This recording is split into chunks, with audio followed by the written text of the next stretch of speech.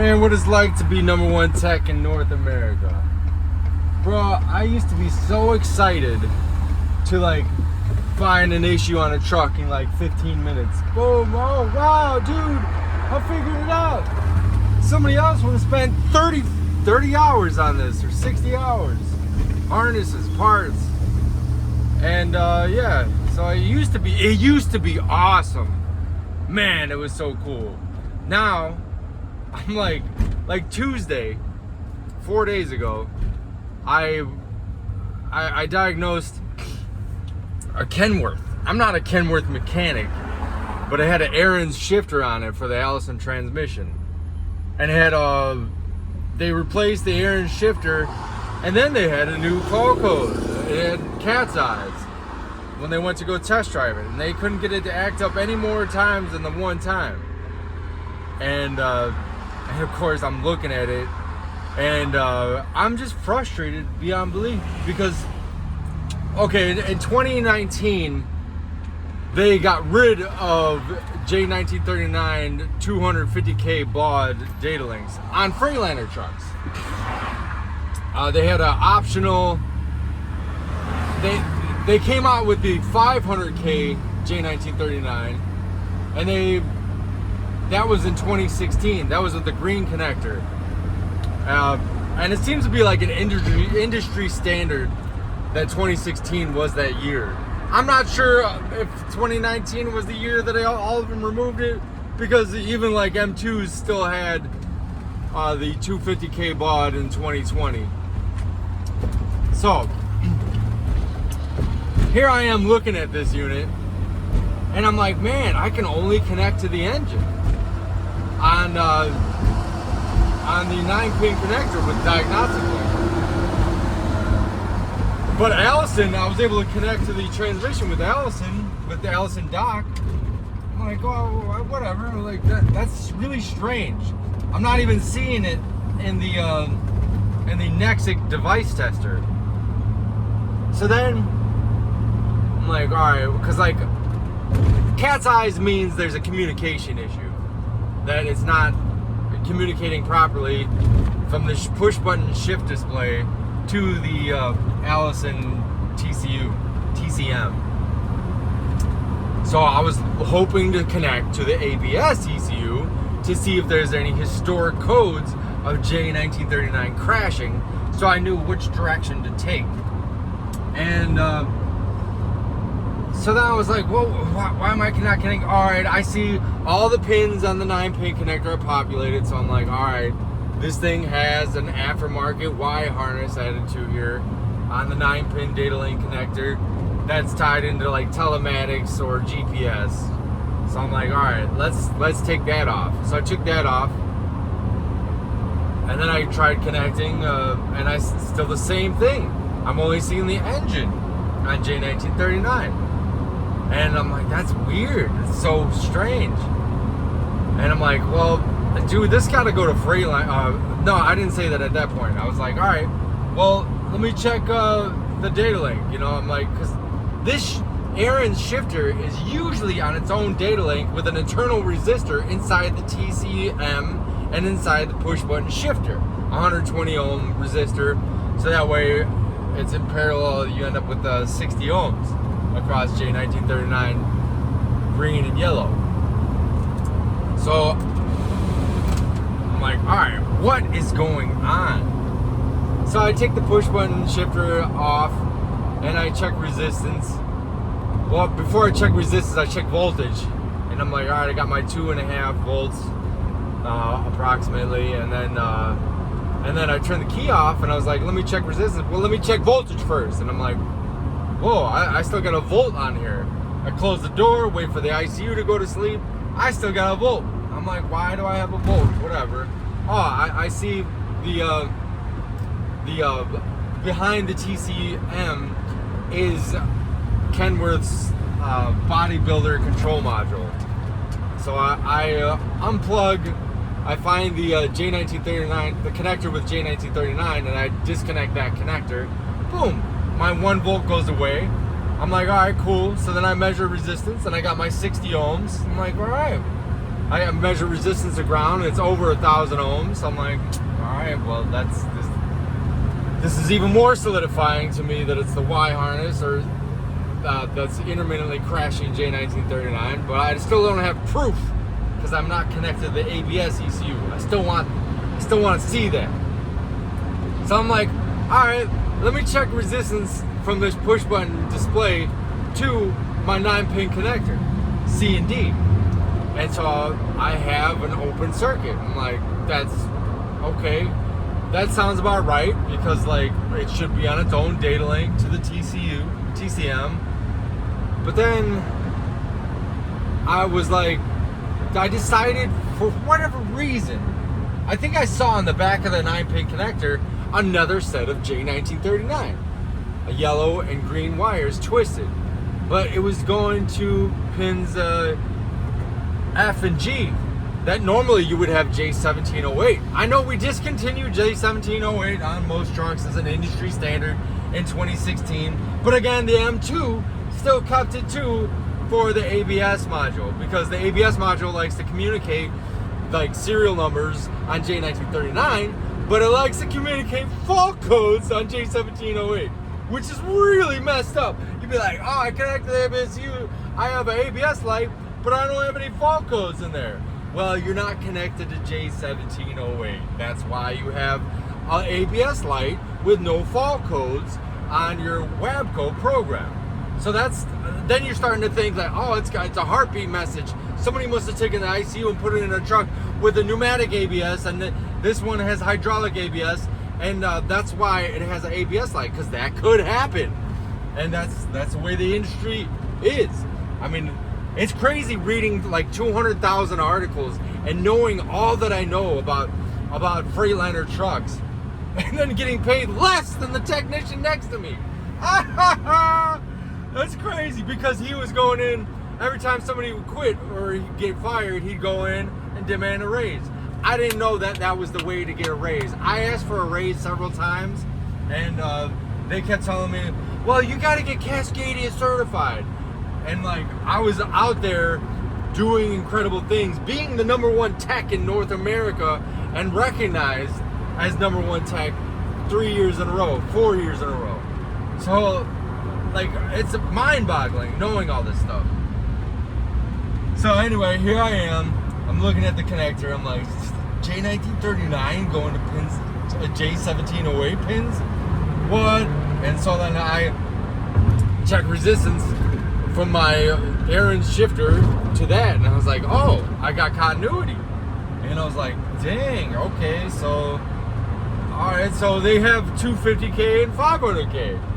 I'm like, oh man. So then I took I got a 9-pin connector I took out of a dash harness, and so I plugged that into my Nexic, and then I gave it power and ground, and then I connected my pins C and D for J1939 to pins F and G on the J1708, and boom, I had 6 modules showing up. I had my ABS, my transmission, my engine, the body controller, and what else? But this is all on Diagnostic Link.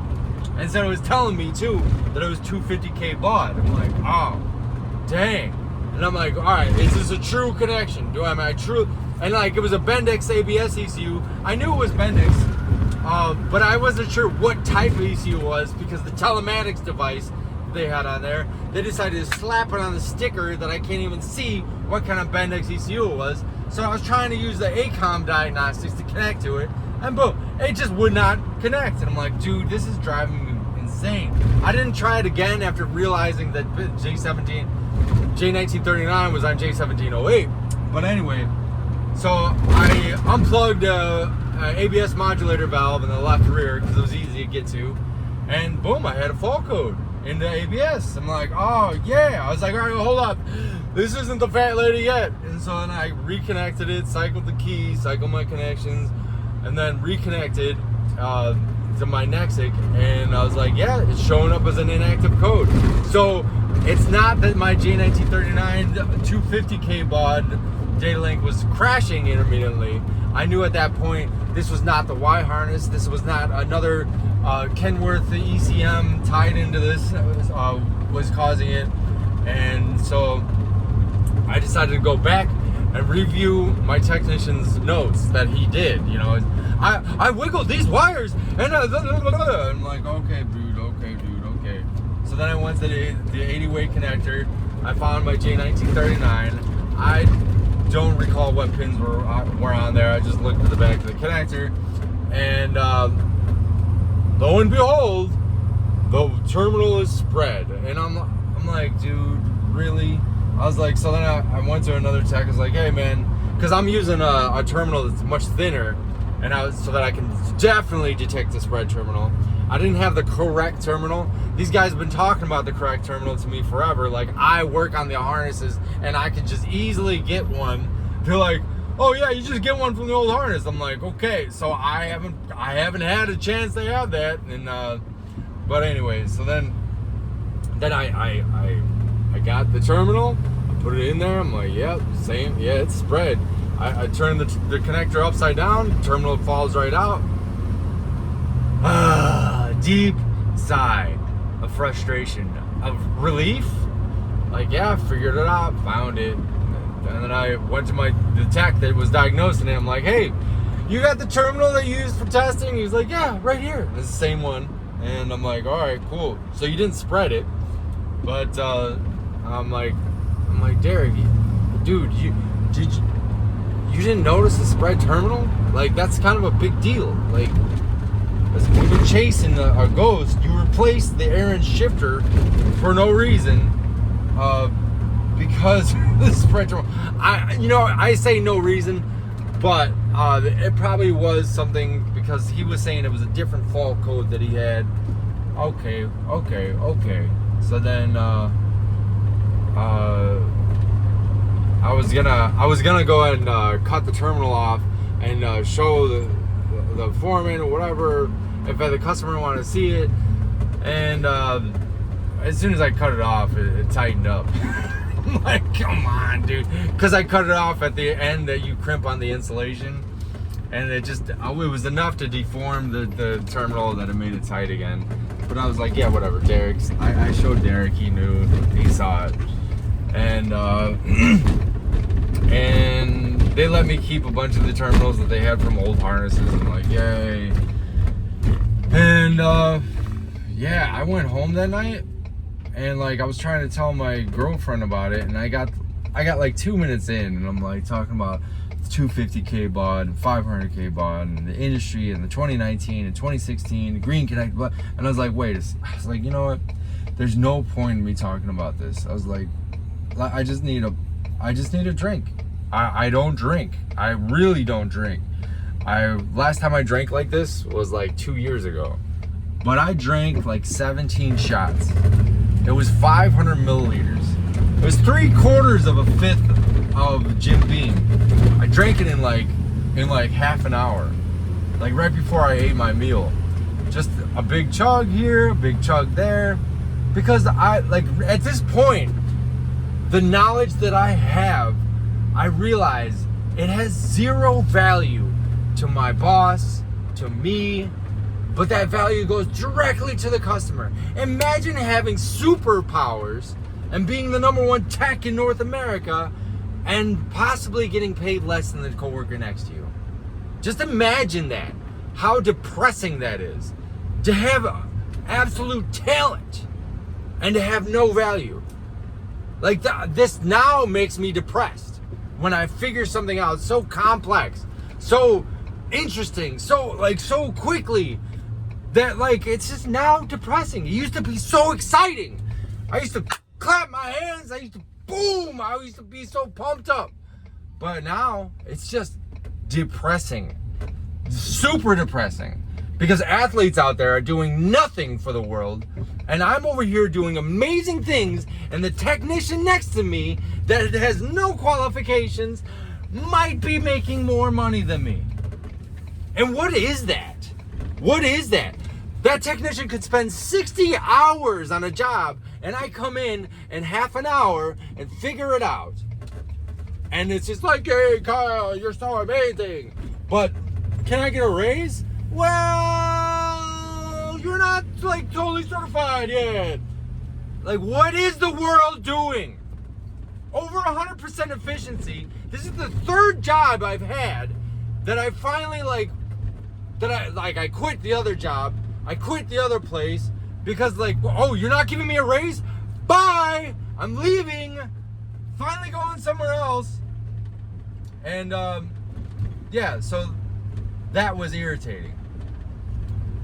And then again, I'm working on this fire truck. Oh, the fire truck's in D-rate, blah, blah, blah, blah. So I get out there, and it's got an accelerator pedal code, and I was like, well, you probably should have told me about that before I came out here, but that's weird. I would have brought an accelerator pedal or something, But I looked at it, and I was like it was 2 minutes in, I'm like, wait a second, this is a CPC 2, and this is a GHC 17 truck. This isn't a 2007 truck. This has DEF. And so then I'm like, all right, well, the CPC is the wrong CPC, even though the hardware number on the software is reading correct in Diagnostic Link.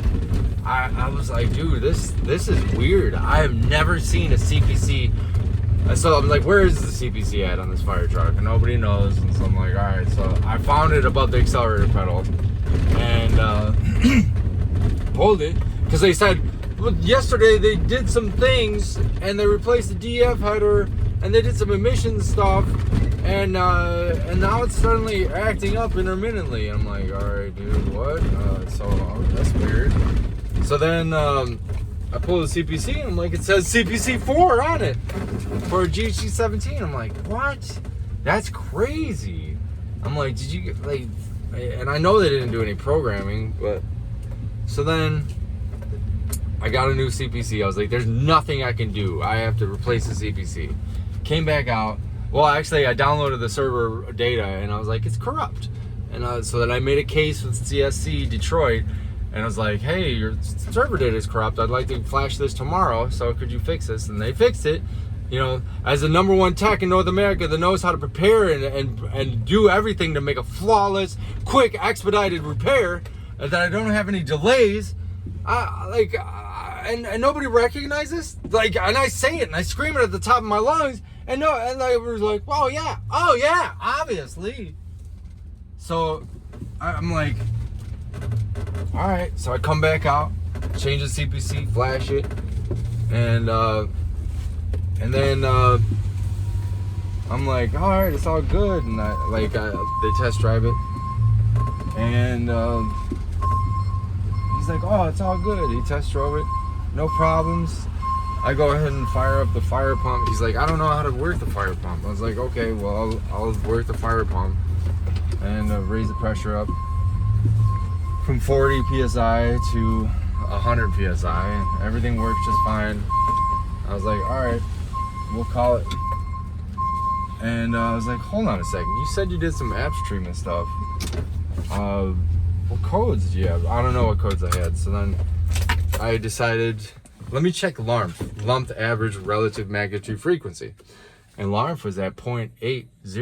I'm like, that's really bad. And so then I decided, I was like, dude, at this point, if I release this truck in about 100 miles, it's going to come back with a D-rate code. I've seen this so many times before. So the customer would bring the truck in and it just have a D-rate code. And I'm like, oh, that's messed up. And I learned this on my own. I was just like, let me just run a barrage of diagnostic tests, and boom, I got a DF line heater code or whatever. And then so then I was like, all right, run a barrage of tests, DF quantity test. That passed at 125 milliliters. And then I did a NOx sensor verification right off the bat. I'm like, dude, this is strange. It's like 100 ppm off inlet and outlet. And then so I was like, yeah, I'll talk to the customer. I'm like, it's probably gonna fail this. So I would suggest replacing both inlet and outlet NOx sensors. Do you have any? They're like, no. And I'm like, all right, well, I'll get a quote going. And so then about an hour later, 45 minutes later, it finally finished the test and it failed, and it was off by 111 ppm. I'm like, yeah, let's do the NOx sensors. Already prepped, already ready to go, man. Like, I already had part numbers, and I took the sensors off and got the part numbers, sent them over to my parts guy, and the guy was like, well, I gotta leave here at 2:30, so I was like, do you want me to stay late and do this for you? And he's like, no, I gotta leave at 2:30. So I'm like, all right, well, we'll come tomorrow. And is it all right with the fire chief? And he's like, yeah, I sent a message, everything's all right, because it's emergency rush. So I got the okay, and I'm out here today to replace the NOx sensors and do my NOx sensor verification. That passes, then I can do my RSAR efficiency. If I see the alarm going up, boom, we're on the right track. If I see it going down, I'm gonna be like, yeah, dude, we need more diagnostics. Something's wrong here. And then once it's going up, I may have to do another SCR NOx sensor efficiency test, because it has to be at least like 0.95. Ideally, I'd like to get it to 1.0, but yeah. So that's my agenda. That's the amazing things. Like there's no other tech in my shop that would have noticed that it was a CPC2. There's no other tech. They would have run down a rabbit hole of accelerator pedal codes and run themselves into the ground. Maybe even tech support would have ran them into the ground. And then like on top of that, like no other tech would have thought, let me check alarm. Like this is the crazy reality of my life, of getting like asking for a raise and just getting told no. And I went into 3 years. I had great attendance. I had perfect efficiency, 100%, and I just excelled, and everybody knew it. I was called the Elon Musk of electrical by my manager. He's like, you just know everything about electrical. And I'm like, I know everything about everything on these trucks. Fire trucks, Freightliner trucks. I am like literally worldwide known. So why aren't you giving me a raise? I'm sorry, we're a union shop. I can't give you a raise. But then I talked to my union techs and my union steward. They're like, yeah, they can give you a raise. Believe it or not, there's other technicians making more. They've negotiated deals. I'm like, why that nobody would know about? And I'm like, that's messed up. That's messed up. And so I just went to a deep depression. Deep depression. I stopped throwing up. My attendance started dropping. And then he's like, well, Kyle, if you work on your attendance, I can work on that raise, but you got to look at the overall picture, and you're not entitled to a raise, blah, blah, blah. I'm like, and then I'm thinking to myself now, I'm like, dude, you're not entitled to have the #1 tech in North America working on your trucks. You're like, well, what are you telling me that I'm not entitled to a raise for? Like, I literally have $50 million a year hands, minimum, at that value, and that value goes directly to the customer, and nobody bats an eye, nobody gives me a tip, nobody like shakes my that's it's ridiculous. And then yeah, so I better go do this. I'm tired, I'm irritated, but God loves me, and he knows that I can push to make this world a better place, and that's probably what is going to happen to the day that I die. And I don't know, religion has really saved me in this chaos of 22 years of being a technician, and really like finding out that I am the #1 tech in North America these last 6 years, 7 years.